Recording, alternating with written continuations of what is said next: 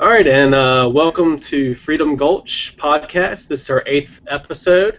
In this episode, we will be talking about the Libertarian Town Hall that aired on CNN, Dr. Feldman's sudden and abrupt death, Supreme Court decisions that just came out recently, LPVA versus the State Board of Election, and also, of course, the big news, the Brexit. So let's go ahead and dive in. We'll go ahead and talk about the Town Hall.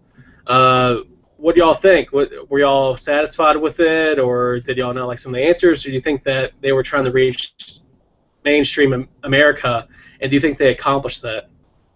From my perspective, it was kind of soft and lackluster. I did call some folks from Johnson campaign, and they advised me that it was not for us. It was for undecided voters, and that they wanted to kind of reach out to the undecided voters with the hopes of getting, I guess, are currently undecided. So I understand why, but because I guess it was a little bit soft for my taste, I know myself and Mandy were sitting on the bed like, oh my God, I can't believe they just said that. So like the whole time, yeah, it really wasn't for us. So that was my take on it. And that's really. Go ahead. Oh, okay. I was gonna say, you know, I was really big into the Ron Paul campaign in 2008 and like a little bit in 2012 when he ran for a little bit. And, you know, watching those debates with Ron Paul on there, you know, it's like 20 seconds of soundbite.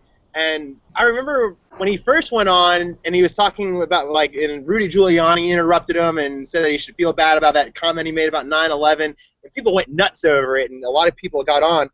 And, I mean, I felt like in 2008, the media was just doing everything it could to suppress this message that he had. And the fact that CNN gave the libertarians a full hour to just kind of address people, I thought that was pretty good. I wish they had been a little bit more nutty to just kind of, well, I mean, not nutty, but, you know, all the great libertarian things that we're probably all about. I wish they kind of had done a little bit more of that to really get people thinking. That Weld dude, I'm not impressed by him. There was that one question about, like, oh, do you like Hillary or you like Trump? And he was like, oh, I think Hillary's I think Hillary would be good. And I'm like, dude, what are you doing? What are you doing? Andy? Yeah, they lost a lot of people real quick with that. I think you're exactly right. It was very exciting that it happened. It was so great, you know, even for the week beforehand where they're counting down and, you know, up here in the D.C. area, every office building, it seems like, has CNN in their lobby, and every day people would have to walk by that countdown clock to the Libertarian Town Hall. So I think a lot more people saw that than saw the actual event, and that was probably a good thing. The question is how is it going to play to non-libertarians? That's something I still don't know. There hasn't been a whole lot of coverage, positive or negative, outside of kind of the libertarian media sphere. We're just going to have to wait and see. Yeah, Joshua? Yeah. Well, and I think you make a good point there. You know, when they said, you know, do you like Hillary? Do you like Trump? And the correct answer, of course, would have been, you know, if these were good candidates, then why are we running? I mean, and obviously they're not good candidates. So, you know, they missed an opportunity there, I would say. You know, overall, I think it was good that they had it. Of course, I liked Gary Johnson's answers typically better than William Weld. I think they're finally starting to get rid of it, but they were saying, you know, I think they said in the town hall, well, what are libertarians? They say, well, we're fiscal conservatives and social liberals, which is, in my opinion, an oversimplification and not really the truth. I mean, exactly what we're looking at. I mean, they should have said, no, we're interested in shrinking the size of government, getting them out of your personal lives, out of your economic affairs, you know, as much as possible. I think that would have been a far better answer. Yeah, I think that Gary Johnson has had 4 years to prepare for this. 4 years to get ready, Yeah. Sharpen himself up on the libertarian message, get public speaking. I mean, he has his moments where you're like, yeah, Gary Johnson. Then he has his moments you're like, it's like, all right. It's just lackluster. And, he kind of, some of the answers, some of the questions, his answers were just kind of spinning wheels in the mud. And he wasn't too, I know that this is for the wider audience, mainstream America, but you need to let people know what a libertarian is. This is the big moment for the Libertarian Party, for the Libertarian movement. I think there's nearly 2 million people that watched it, if I remember correctly, and people might be confused what a libertarian is, because some of the things were kind of contradictory, and even the moderator, pointed that out. And, Bill Weld, I know that he was brought in for donations, and he's a libertarian Republican, but he definitely is a better speaker than Gary, but some of the things that he says, you're like, he's not a libertarian, So overall, maybe I'm looking at it through a biased lens, being a libertarian, and I was like, oh my God, it's almost like a train wreck. Hopefully the mainstream America didn't think so, but I kind of feel like they could have done better with messaging, and they might have confused some people on what a libertarian is. Yeah, I mean, they don't want to have this perception that a libertarian is just a stingy Democrat or, a liberal Republican. I mean, and I think, that message may have gotten a bit lost there, unfortunately. I think it's great that they did the town hall and they're getting this exposure, but, I think they need to work a little bit better on honing the message. Definitely. Yeah, I agree. The message is not there. I don't believe, Will prepare. He needs to be a better orator. When you look at other people that were running for president for our ticket, there was never a time that Austin Peterson did not capture my attention. There was never a time that Darryl Perry attention. I need somebody as a speaker that's going to be strong, that's going to, put forth a convincing message. And I feel like Mr. Weld, Governor Weld, and Gary Johnson prepping them for. It's bad to get all this press. And for me as a Toastmaster who has spent a lot of time giving presentations, talking to people, especially myself now, I'm in the African American community. They're Democrating me to death.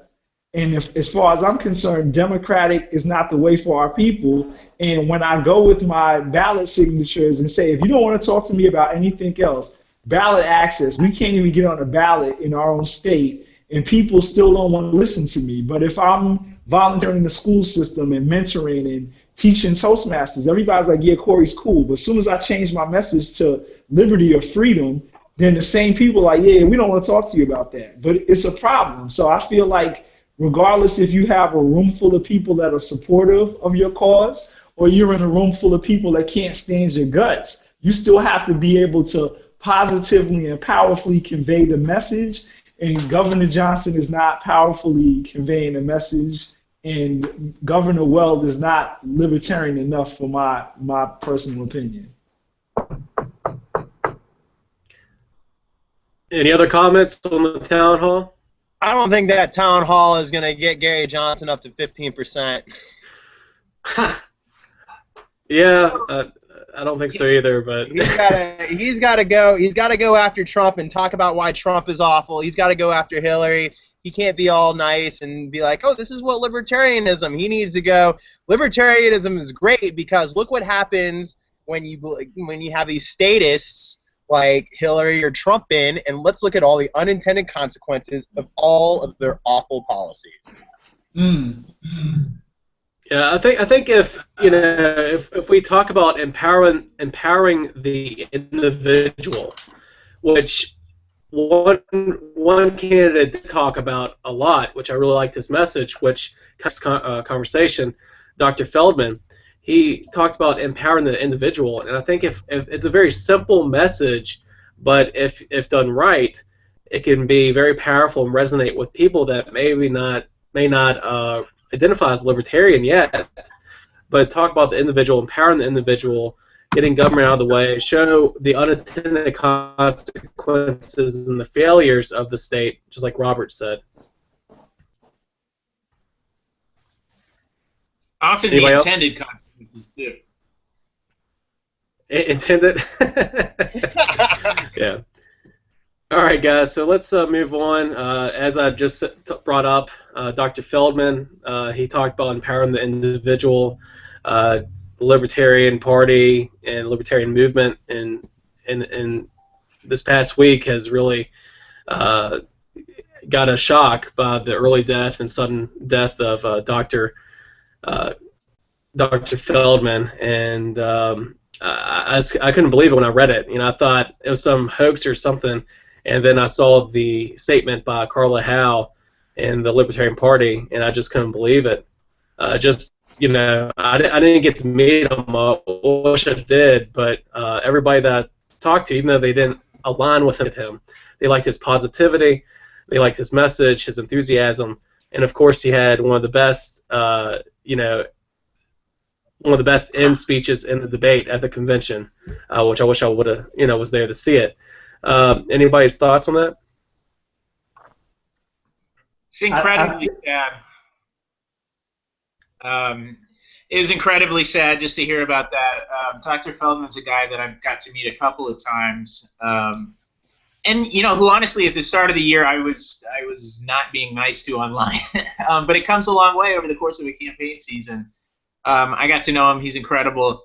We were down there in Orlando. That was incredible. He owned that convention, him and Larry Sharp. So to lose him but like 3 weeks afterward it's just a lot to take. He just got elected to the LNC. They got to fill a spot now. We thought we had a lot of time with this guy, and it didn't work out that way. I think that for me, I originally met Dr. Feldman when we went to National when he first started his campaign, and when I came in the room, he was like, "I got my rap ready, Corey," and me and Mandy sat there, and we were like, that's really good. Like, he was on beat, he was like positive and passionate, and just from there, we always kept in touch, whether it was by phone or by social media. I think that's one of the wonderful things about the party, that you can meet somebody on social media. When you meet them in person, it's like, you're meeting an old friend, and you keep in touch. And I spent a lot of time talking to Dr. Feldman along the time, and I got to see him several times, Virginia, North Carolina, Virginia, and then in Orlando. And, like Andy said, like, we were there, and he, demanded a great deal of respect while he was there, and I felt like he was a positive force by liberty. And I think it kind of shows us all that, we really don't know how much time we have. And whatever time you do have and that you can dedicate to liberty, I think that you need to do it with both feet jumping in the pool, and do it as best you can, because you don't realize that you'll be a light to somebody else. And now with him gone, and not physically here with us anymore, I can see that his positive message resonated across the whole party. So I'm very proud to have been able to spend time with him, and for me with the music, hopefully using music as a vehicle to attract people to come talk about liberty, even if you don't want to talk about the whole party, just to get people to come together, because music is one of those vehicles that allows people to be able to come together and share. I think it's very powerful, and I appreciate the fact that he did mail me his lyrics, and hopefully soon I'll be able to record them and share them with the party as a whole. Yeah. Of course, I was doing some cleaning, and I recently found this. Let's see. Oh, it's backwards. But as you can see, it's his business. It's his business card. Because I first met Dr. Feldman at the International Students for Liberty conference in 2015. He saw me and he's like, "Hey, come take some pictures of me if you would, so I can put them up on my website." And I thought, who the heck is this guy? I never heard of him before. But through the process, I would say, because of course at the time I supported Gary Johnson, and if I were a delegate to the convention, I still would have supported Gary Johnson. But I've got to say, through the process, I really got, learned about Dr. Feldman's philosophy, his passion. And if I have to tell you, if I wasn't supporting Gary Johnson, I think I would have supported him, Dr. Feldman, because I think he was quite good on the issues, and had a zeal for it. And I of course, the rap thing sort of caught me by surprise, but it showed a good a side of him that that he was more than just a guy in a suit. He actually believed this stuff, which I think is great.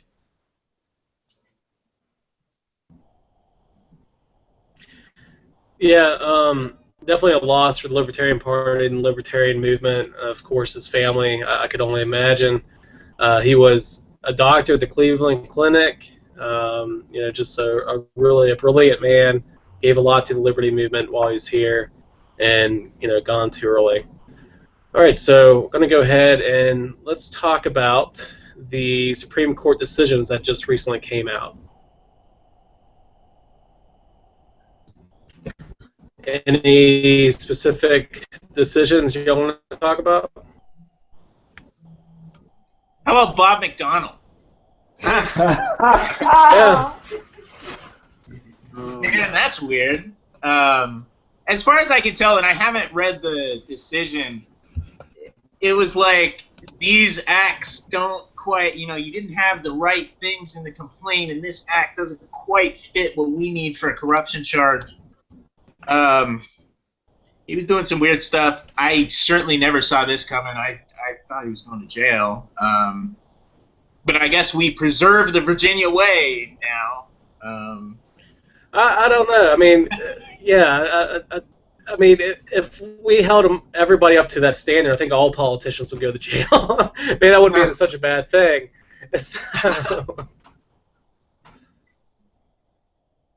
It works for fighting Joe, I guess. Yeah, for real, right?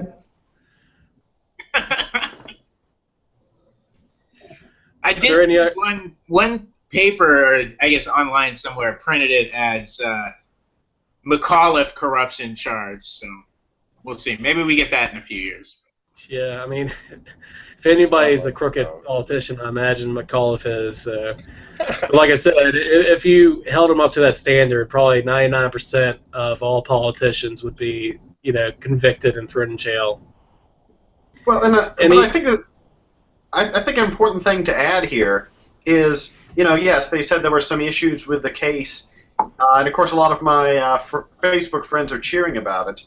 And I don't know, maybe, I'm not a lawyer, maybe what Bob McDonnell did isn't illegal. It might want to be illegal, and I would say there's certainly an unethical element to what our former governor did, whether or not you think he deserves jail time for it. Anyone agree? Disagree? I agree. It's pretty shady.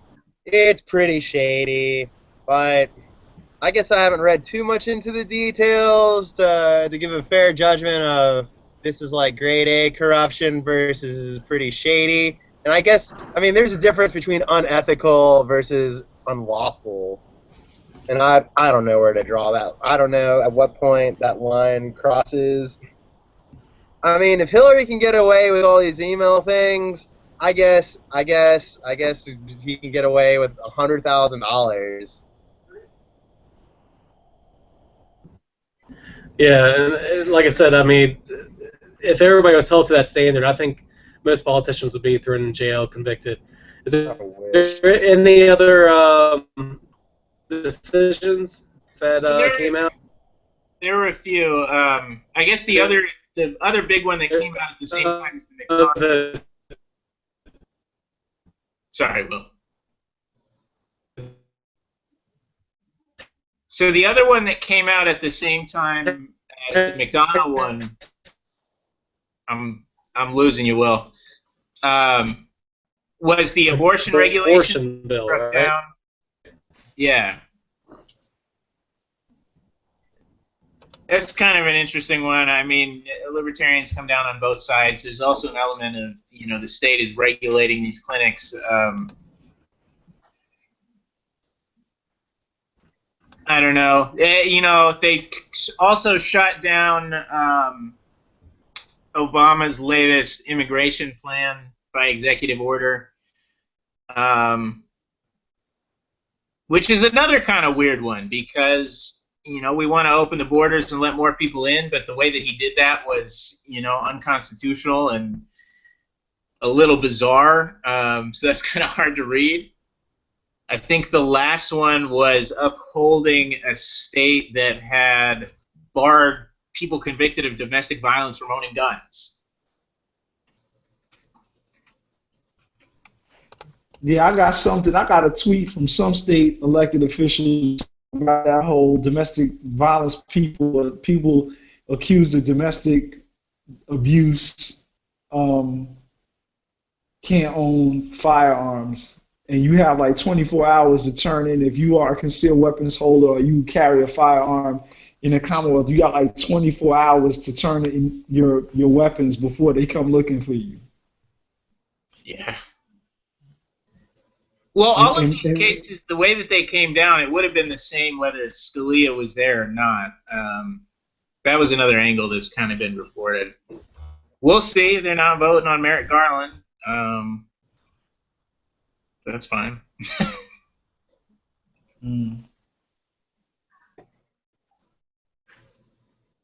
But we had a more important court case closer to home. Oh.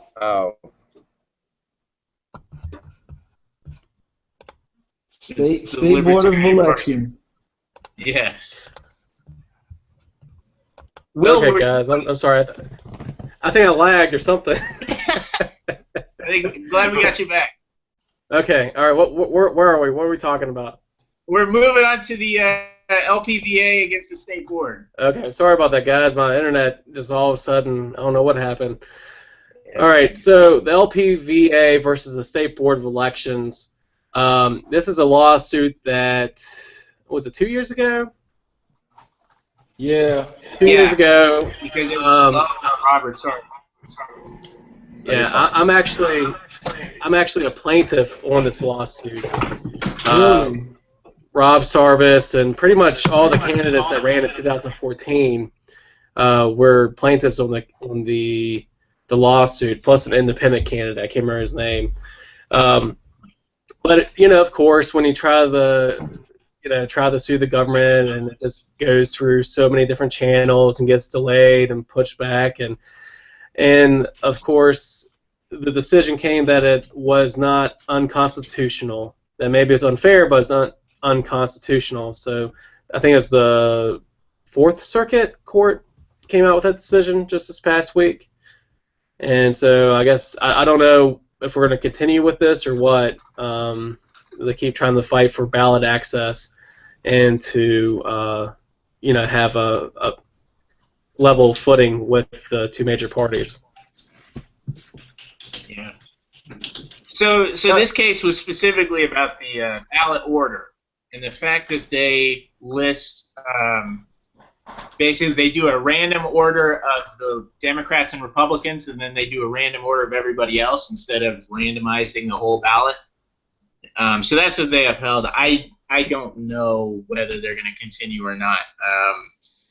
Going up to the Supreme Court is hard, and it costs a lot of money. So we'll just have to see. Certainly unfortunate. Okay. I don't know.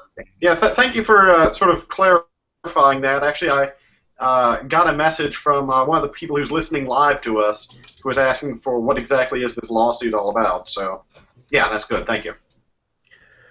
Yeah, I hope they keep continuing on it. But of course, it costs money. But that's what they kind of do. They make you spend a lot of money to get stuff that's fair and constitutional, or whatever you want to call it.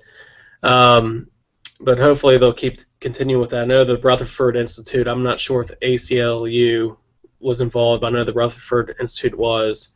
Even though I'm a plaintiff on it, it's not like I get updates on it. So I just read about the decision this past week, just like everybody else. So that's what happens. Read about That's it? what Robbie knows, man.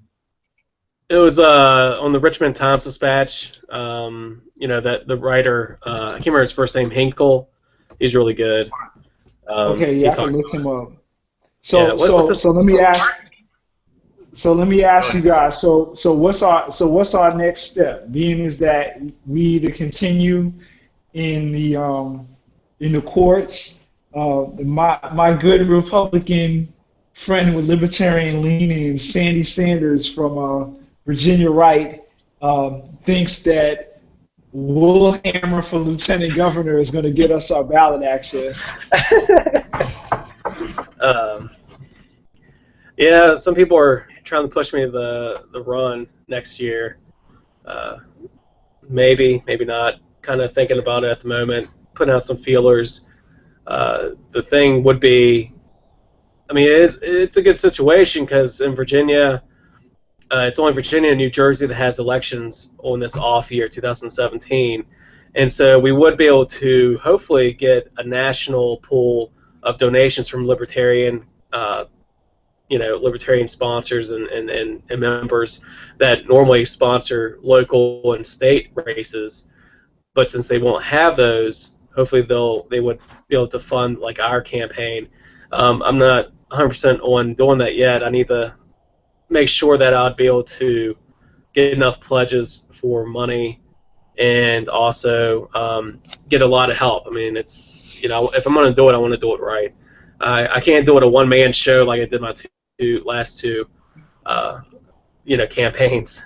You can't do that statewide. So if I get a lot of volunteer support pledges and money pledges, then I definitely would explore that idea. So that's something I'm exploring at the moment. Thanks for bringing that up, Corey. I'm in for you. I'll do the fundraising. I'm throwing my hat in because I'm in. You gonna make me a rap song? Hey man, everybody gets that's blanket. Everybody gets music. Everybody gets music. So. Music for liberty, right? Yeah, man, you gotta do it. Yep. All right. Well, enough about me. Let's talk about since Corey had to throw that in there. Let's get on a big topic, huge topic, the Brexit. So let's go ahead. Let's just start talking about it. Go ahead, Andy. Man, it's big news. I was just watching Nigel Farage's first speech to the European Parliament post-Brexit. And Nigel does not care. he gives no... and he's just yelling at them. He's like, yeah, and you've never held a real job in your life, but we need to do real trade and all that. It's exciting. It's exciting. Nobody thought it would happen, but it did. Undemocratic supranational organizations are falling apart. That's cool. I hope more go the same way. Yeah, he did not get a very warm reception, did he? No. They were stopped multiple times to call the order because people were just going crazy. And even the chairman pointed out that that's what UKIP used to do, is you are imitating them. Yeah, I heard that. Anybody? Corey? I am not proud of the subject. I listened to a DJ this morning. I guess not paying attention to what's going on in Britain because he was saying that, the world isn't as big as we think it is. Things that are going to occur in Britain with finances and things of that nature are going to impact us here in the United States. So he was trying to tell the listeners that if we didn't know enough about, I guess, who and coming up with our own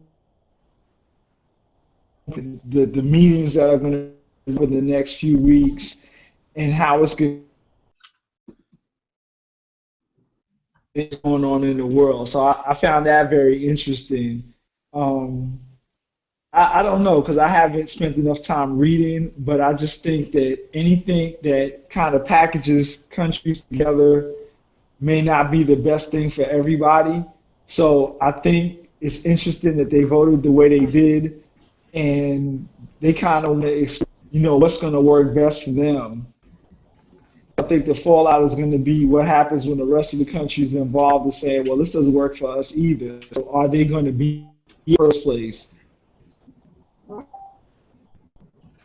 Spend some time doing some research and, delving into the stuff because I'm not as well versed on it as I think I should be.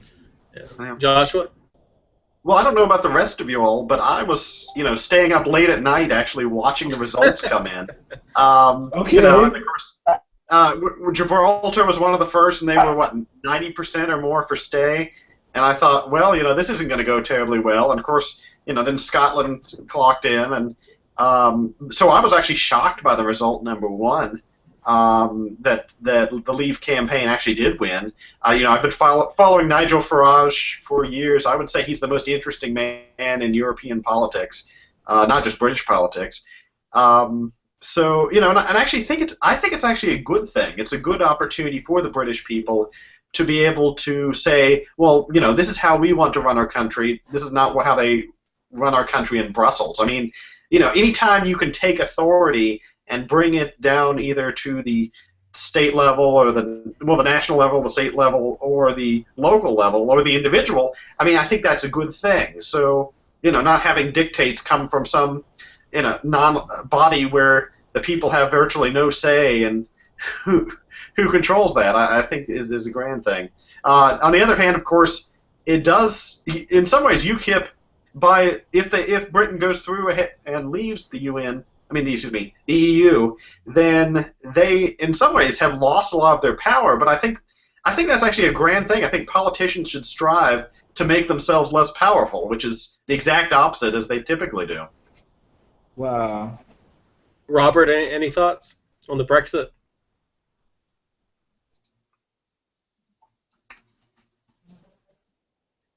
Mr. Clemmer?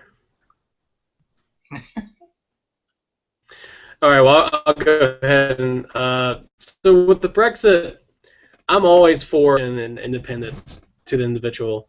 With this, you have gained both of them. You've gained more decentralization. You've decentralized from the EU, which is a top-down, broad strokes, imposing different trade agreements and other things onto the member countries, and but this does obviously open up. I think it's like a domino, the first domino in a row of dominoes. I think that other countries in Europe is going to follow suit, and even within the United Kingdom, I think it's going to happen. Remember, Scotland just 2 years ago nearly voted. I can't remember the exact percentage, but came a few percentage points short of voting for independence from the UK. And also, you have Northern Ireland, who with the EU, and so you never know, they could vote to leave the UK and maybe join Ireland, the Republic of Ireland, and you could have Scotland leave as well. And that could have also ripple effects into the U.S. as well. Who knows? I mean, we have a lot of secession movements within the U.S. Texas is a big one, and Northern California has something to become its own state. New York City, and Long Island have different measures to actually become their own state. Hawaii, there's a secession movement in Hawaii. Native Hawaiians want to regain their sovereignty. And there's this also in Canada. You think about Quebec. They've wanted a lot of sentiment to leave Canada and become its own province or its own country.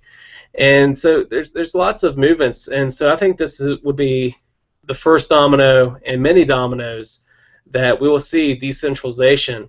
and the failure of the nation state. And I hope so, and I welcome it. Well, and I think that brings up a good point.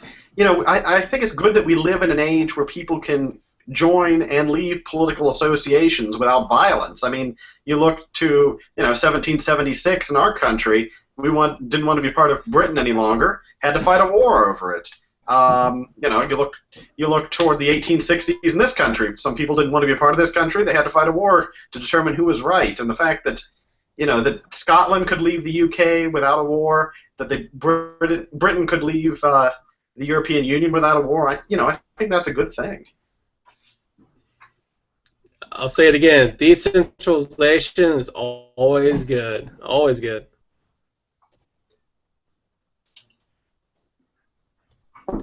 Any other thoughts on the Brexit? It's good stuff, man. It's fun times that we're living in. I did see. So we're talking about Brexit. We're talking about Brexit. We're talking about Texit. I did see somebody put up capital VA vacate. So maybe that'll come for us. We can start. Hey, I'll be very happy if Northern Virginia becomes its own state. Sorry, Andy. Sorry, Andy, but I'll be very happy because us down here, seriously, us down here, like Joshua can tell you this, Nova's a completely different state. Yes. We're part of Virginia, but it's a completely different state. And you could break Virginia up in probably in a few pieces and be fine. We'll take the Shenandoah Valley, we'll take like Blue Ridge of Virginia, then you'll have Nova, and you'll have Piedmont of Virginia, and Tidewater. You can split this up into at least 4 pieces, and I'll be very happy. We can cut it out. Hey, maybe if I do run for lieutenant governor, that could be one of my platforms. Huh? Kick Nova out. Yes, kick Nova out. Yeah, isn't it like 50% of the Virginia population lives in Northern Virginia or Richmond and Tidewater? Yeah, I wouldn't doubt it. But I'm all for the kick Nova out.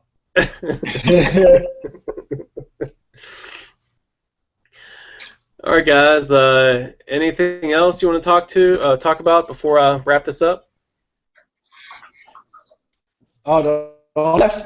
Music for Liberty has its first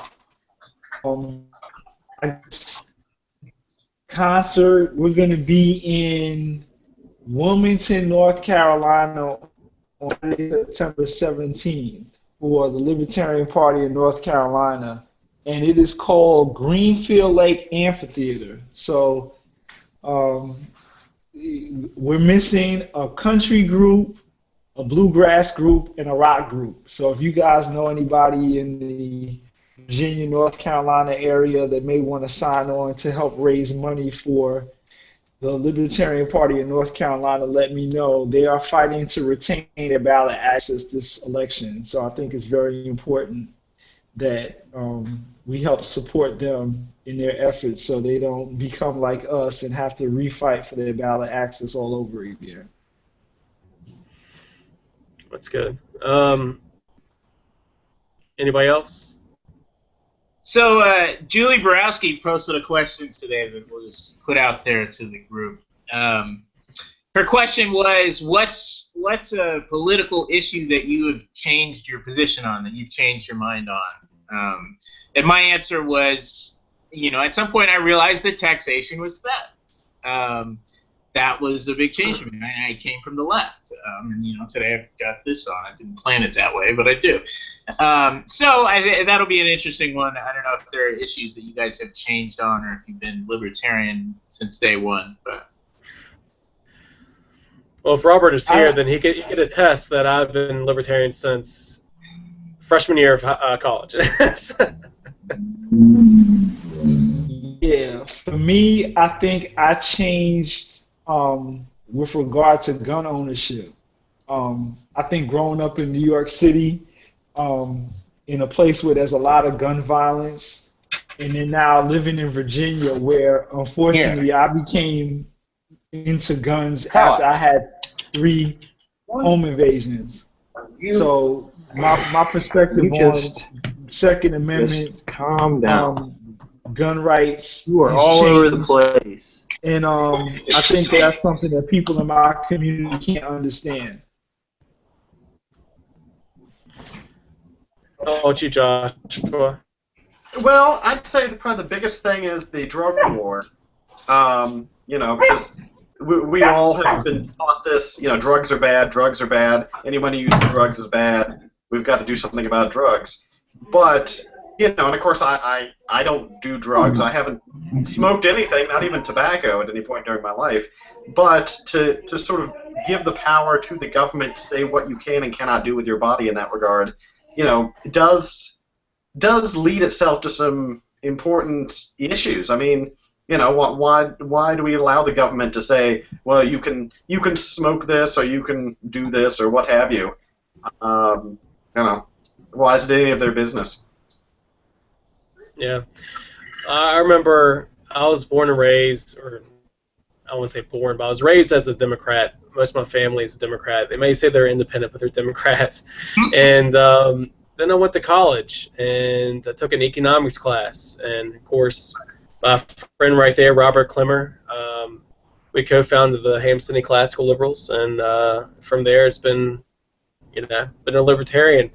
But I think, with taxation, what really opened my eyes to taxation is when my grandparents got audited by the IRS, and they had back taxes just because I guess some accounting error or whatever. They have an account and everything, but anyway, they got multiple times what they owed levied against them, on a lot of property, $1 million property, and wages garnished as well. And so then I saw how bad the IRS is, and that even just like my grandparents, good people that may have just messed up on something, didn't claim something right, or whatever the case may be, and that they would put liens against millions, $1.5 million worth of property, and then garnish 80-90% of my grandfather's wages. That's what really opened my eyes and actually made me become an anarcho-capitalist and go all the way down the rabbit hole, all the way down the libertarian rabbit hole. All the way down the rabbit hole. All the way down.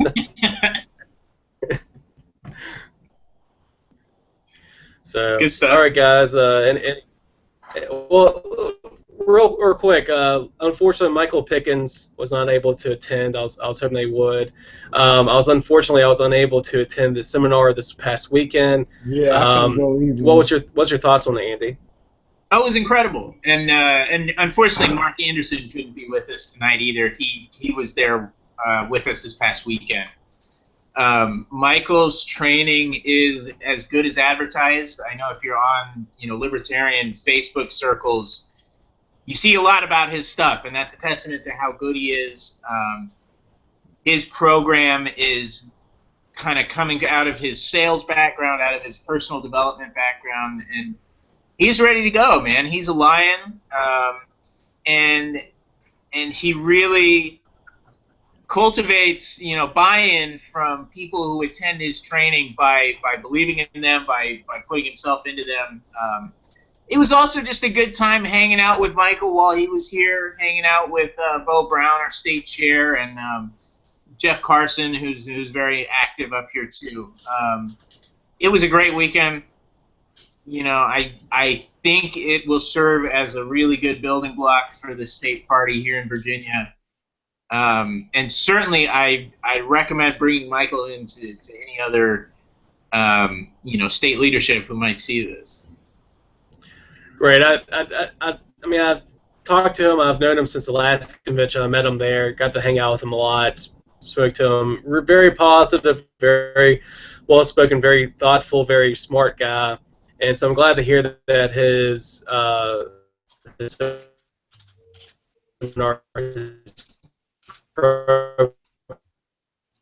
program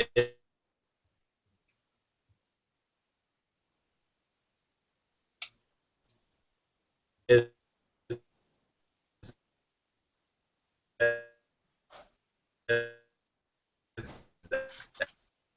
advertise. I